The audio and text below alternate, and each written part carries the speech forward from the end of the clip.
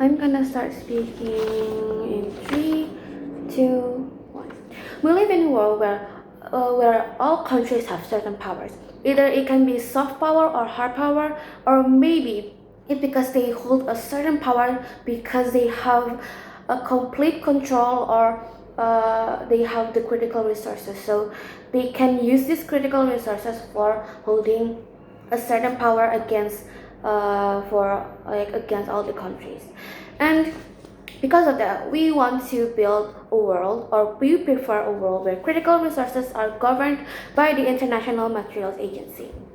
Now, on the status quo, certain countries have certain benefits from geography, or other words, it's like geographical lottery.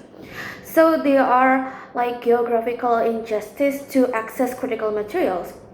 And because of that, when a country holds like a certain critical resources, like example, iron holding oil, it gives them like the power of like this power can be politicized, very politicized, because if like maybe a certain country is threatening Iran, they can just like threaten them back by, oh, we're going to close this Hormuz to limit this oil resources, and that serves the geographical injustice. And this harms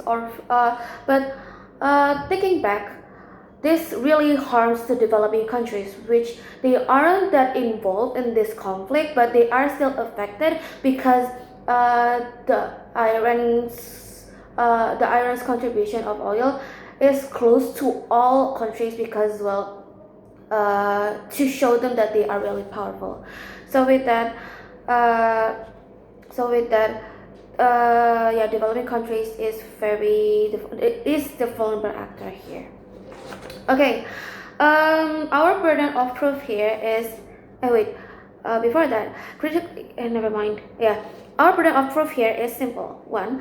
Why is critical resources are governed by the International Materials Agency better?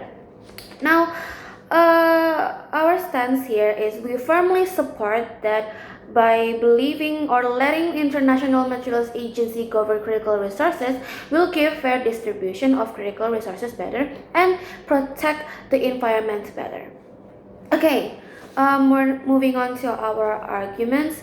I have 2 arguments. One is we protect these critical resources better. How will we protect these critical resources better? Well, because all critical resources will be managed by one group, which is the International Materials Agency, we will manage 3 things. 1, how we produce these critical resources. 2, how are we maintaining it? And 3, the distribution of these critical resources to all countries.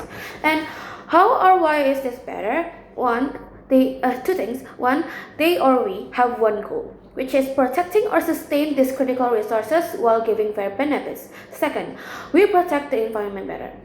Now, how are we protecting it?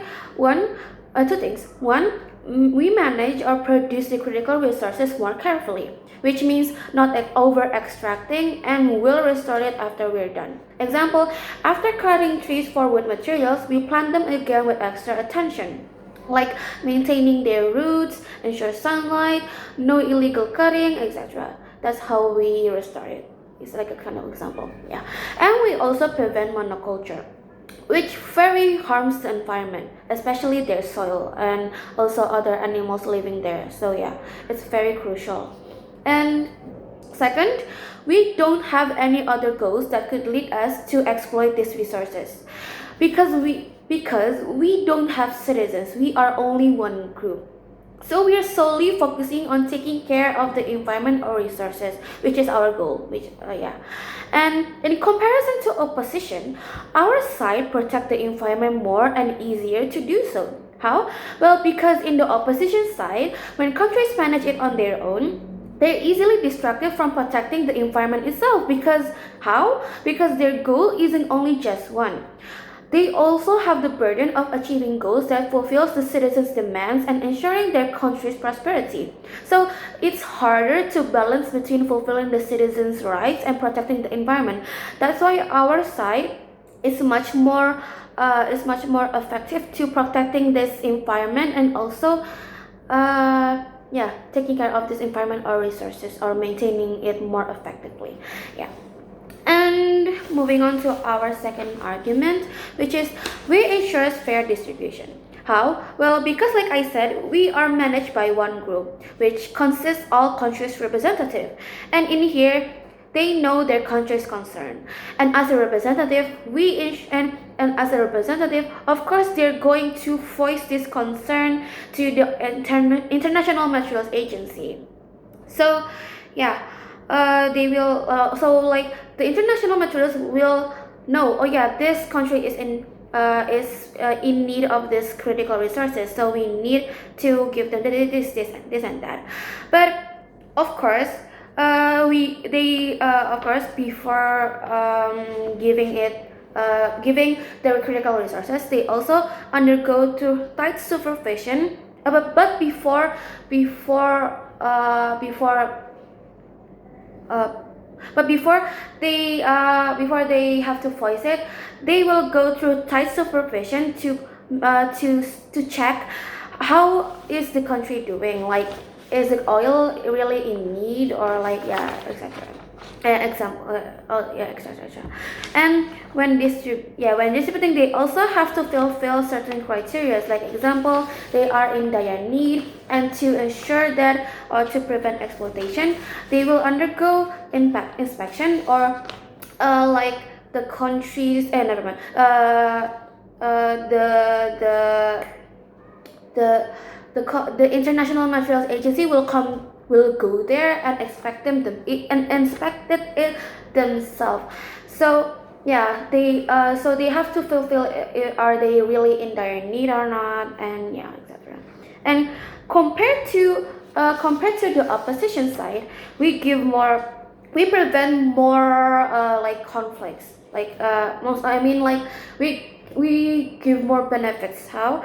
Because with this, we prevent trade conflicts, monopolization, or one country holds a certain critical resources power, and we also ensure fair distribution. So on a big we give benefit to a bigger scale, ensuring that developing countries and developed countries have a fair balance between these critical resources. So yeah, we ensure fair distribution.